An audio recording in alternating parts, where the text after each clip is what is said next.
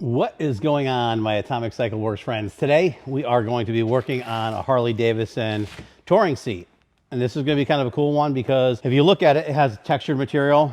The customer wants to have brown tobacco colored heavy grain imitation leather here, and around here, and then black, smooth, slightly textured vinyl for the rest of it. So that's what we're going to be doing. We're also going to be making a matching rest. And before we get going, I wanted to say I'm kind of excited because we have our affiliate marketing program that we're doing now. And I'm kind of torn because I didn't like the affiliate marketing because what happens a lot of times is if I say, go to this certain website and put / your name in there, and then you sell a product and get a commission on it, great. And most people don't remember to put the / your name on it. So all we're doing is promoting companies for free. And then when you go back to buy more reoccurring stuff, we're kind of left in the dark. So I never really did it. But because we get so many calls and emails all the time about what we use, how we use it, and all this stuff, right now we did sign up to be an affiliate marketer for a bunch of companies. And what we'll do is every video, we'll put a link in the description of where you could buy the product so that we don't have to tell you every single time where we did this, where we get that. We also will get some sort of profit from it, hopefully some sort of residual income to help us make our videos, but who knows, we're just trying it out. And then we also have, which if it gets confusing, because a lot of times people will see stuff on like short form videos like TikTok or Facebook Reels and any of that type of stuff and YouTube Shorts, and they don't have the descriptions in there. You can just go to our website. If you go to, well, it's at our Atomic Auto Works website. So if you go to atomicautoworks.com, there'll be a link there for, you'll see it says copycat because you're copying us, buying the same stuff we are. So you could go to that website. Oh, someone's calling me. Go to our website, click that link, and then you can see a description of all the stuff there. It's kind of cool. It has a spot for shop supplies. You could even have links to the stuff we use to create our videos, how we operate our business. There's links for a lot of really cool stuff, including gel. Gel's the topic. We get every week, where do you get gel? How do you get gel? Is this gel good? So this is a really good gel. I like it. You always hear me say that we only use orthopedic gels. A lot of the orthopedic gels are extremely firm. We found this orthopedic gel that's not quite as firm. The only complaints we get with our orthopedic gel is that it's a little too firm. It's supposed to be firm because you sit in it for a long time and it takes a while to break down. So I do like that. And for people who ride, who do touring, who are on the bike for 10, 12 hours, you really, can benefit from an orthopedic gel. If you have a seat like this one, where you don't want to modify the seat foam and the shape, you just want to make it a little more comfortable, that's a perfect example of why you would need gel. We also, reasons like people who call up or email, they'll ask, they'll say they want to put gel in their seat because they want it more comfortable. And if you don't have specific reasons, butt burning or sore cheekbones, that's the only time you're really going to need gel.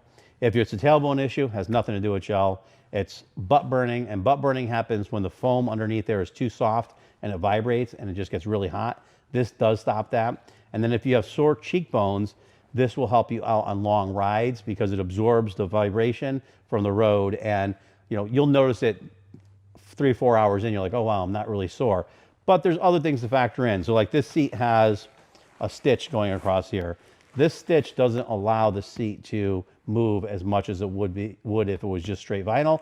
So when you're putting gel in there, it'll help. But if your cheekbones are on that stitch, that could be another reason why, because the material is not stretching, so it's actually hurting your cheekbones. So a lot of times we'll talk people out of doing gel. For this case, because he doesn't want to change his foam shape, we are going to use gel. 99% of the time, if you're able to change the shape of the seat to fit the rider's butt, you will not need gel. But if you have a seat that you don't want to modify the foam, that's where the gel really comes into play. And again, it does help long rides. I used to be against gel 20 years ago until, I'd sit at my drum throwing at the sewing machine and like for 8-10 hours straight. And you're like, wow, it really made a difference after that point. So if you want gel, that's my favorite part of the gel. You could when you get this gel, you just want to slap somebody in the face with it. If you want gel for your seat, we have a link, and it is Amazon. You'll hear me say that, I was never a big Amazon fan. I like to buy local, shop local and all that. But Unfortunately, nobody stocks this stuff, and Amazon does do a good job. You order the stuff, we get it within a day. We never have a problem. Like you hear me say, I think 2 times a year we get a lost package from Amazon and have to deal with it. But other than that, you get it fast, and the world's changing. So I'm sorry, I'm American made, small company proud, but kudos to Amazon getting these things quick and easy and reliable. So we're going to get going on this seat and take you through it. Thinking I'm going to make this a little bit of a longer video. I don't really like really long videos. I like to keep them short, but we're going to kind of go through a lot of steps on this seat as we do it. And I'm going to explain what we do, why we do it, how we do it, all that stuff. A lot of times I say skip and watch a different video to learn something else, but today we're going to just go through and do everything. So with the gel, with the gel, you'll notice it comes in wrapped plastic. The reason it does is if you have to cut it with scissors, this is some sticky stuff. A lot of times we used to put like baby powder, talc powder on the scissors. Then you could cut through it a little bit better. It helps it from keeping sticky. We used to leave a piece of this cut on the counter, so that when people come in, the kids always have to touch it. When they touch it, it would stick to their finger and they couldn't get it off. So we had fun with that. What we're gonna do, tear the seat apart, put this gel in it. We'll just go through it. We're just gonna go through everything. Sorry, I'm not in a video making mood today, but we're making videos. We have a lot going on, a lot of busy. When we're removing staples, we're going right into it. This is a staple remover tool, right? If we could put this on our affiliate thing, I'll stick it up there. There'll be a link in the description. I'm not sure, but we'll try. When you're using a staple remover, there's multiple types of staple removers to use. I like this one. This one looks like a little snake's tongue or something like that. Has little sharp points on it. The reason I like it is you go under the staple, you twist it, it lifts it up, you grab your dikes. Probably available at Harbor Freight. We'll put a link to the description in this one. You put and you remove the staples, right? Pretty simple. So when you're removing staples, do you do it like this? No. So if you're coming this way and you wrench down, which actually I'll show you because I don't know why this one's not done. This one, okay. So if you look here, this one we didn't round off yet. So you see it's actually just a square stock right here. This one we went through and actually rounded the edges because it's sharp. And when you go to remove the staple, it's very common. People just do this. When you do that, you got a hard seat pan, a sharp piece of metal, and you rip the seat. And if you're throwing it away and don't care, that's your prerogative. If you are like me and are like, if the customer doesn't like their seat cover, I can just put the thing back on and say, have a nice life. So I try to take everything off the way it should be. And which we actually, I don't know why we do, because we never had to really do that. Here we go. So I'm going to take the staples off from this side over here. And we're going to stick it one tooth under there and just rotate it. Pretty simple. One tooth under it, rotate it, one tooth and rotate it. And this is this is probably one of the most tedious things in upholstery is removing staples, especially if you're doing boats. It's just horrible. Now, all these staples are still here intact. I'm going to just take them off, put them in my hand. 1, 2, 3, 4, drop that one, 5, picked it up, missed that one. Get them all in your hand. Do not let them get on the table. Do not drop them. Now you take them, you throw them in the garbage, they're away, and you don't have to worry about them falling onto your workbench. If they fall on your workbench and you spin your seat, especially if it's done, that little sharp staple is going to rip it, scratch it, ruin it, and you're done, and you will be extremely upset. So now what we've learned already, just doing this little tiny motorcycle seat, is removing staples from this side, not from this side, right? So if we want to do this side, we're going to flip it to this side. We do not want to start it on the edge and do this because you'll rip the seat. Got it? We're doing good here. I'm going to come through and do this. Same thing, in case you didn't forget. One tooth goes under the staple, and there are other staple removers, and I have them. And in some future videos, I will show you how bad they suck. I don't like them. A couple of my buddies swear by them. I watch them struggling taking staples out. And I could literally take probably 50 to 1 staples out using this tool than the other ones. It is what it is. We'll show those ones. If you like those ones, do it. One thing I'm doing the longer videos on these seats is I'm thinking because every seat's different, similar but different, and you'll be able to learn different ways to do things. And one of the biggest problems I run into, well, I guess I could talk and remove staples, and you could just fast forward over this part. But one of the biggest things I run into when people start doing seats or getting to the business, they think because they do one seat, they could do anything. And everything is different. And we used to run into that a lot with hand-tooled hard leather seats because they're very different to do. And we see a lot of people would get, like when the chopper scene's in, people are doing solo seats, little tiny Springer seats, and they're actually simple to do.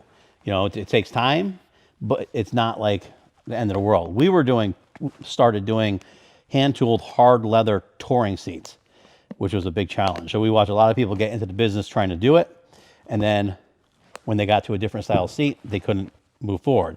And I also see a lot of people in this industry who are one-trick ponies, where they're only going to do a Harley touring seat. They're not going to do anything else because this is their niche. And believe it or not, the hardest part and best part about doing upholstery work and anything we do is having different experiences doing different things.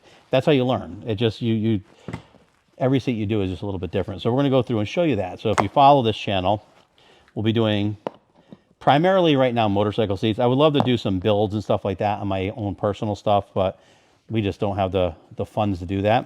If you start buying a lot of shit online from our affiliate programs, maybe we'll be able to afford to do some builds, because I have a bunch of bikes I want to do. Oh my Lord. I wish I was rich. If I was rich, I'd have like a laundry list of bikes, because I would say I am the whore of cars and bikes. I love everything. I like slam bikes. I like choppers. I like baggers. I like everything. I like race bikes. I like crotch rockets. I like everything. So I could just, for the rest of my life, build something cool. And it's kind of our goal with this channel, is to show you guys stuff and hopefully make a little bit of money and build something really cool.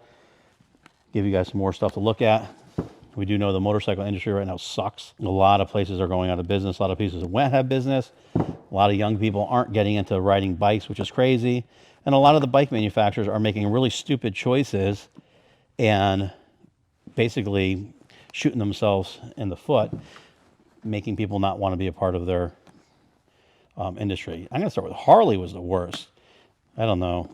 We had Harley Davidson, had such a cool thing with the Buell motorcycles. I think they just ruined it. I honestly think they should have kept Buell, and they should have started a separate company and had the Street with the Porsche motors, the V-Rod with the Porsche motors, all the Buells, a totally separate brand, because it's a totally different demographic.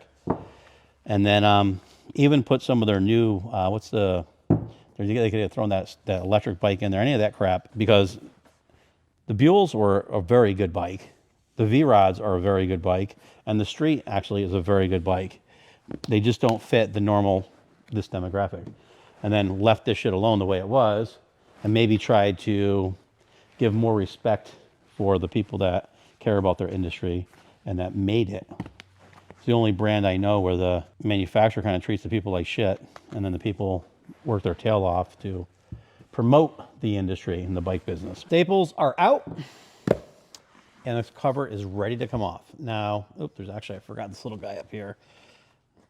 We have to pull that out for that little badging. One thing before we pull it off, you should really look at the seat cover and make sure it's symmetrical. A lot of people don't do this, and if you're going to use the original seat for a pattern, which I think we're going to try on this one, the actual factory seat covers sometimes are not symmetrical and they're messed up. So you want to make sure that they are. So you don't go and pattern it, put it together, then have a customer think you're a hack doing bad work. And we don't want that. But I do have to pull this one little badge off. We're going to reuse that guy. So I'm thinking I might end this video and just do it in segments so I don't bore you with a 2-hour-long video. And then we'll just resume this one in the next video. When the next part of this video, or the next segment, we will install the gel. I'll show you the way I like to do it and why. And then you could be the judge of if I'm right, if I'm wrong, but I'm always right. So please remember, like, share, follow, subscribe. It really helps us out. I appreciate you taking your time out of your busy day to watch our videos and learn a little bit about what we do. And don't forget, check atomicautoworks.com and click on Copycat. And then you could buy all the same stuff we buy from some of the suppliers.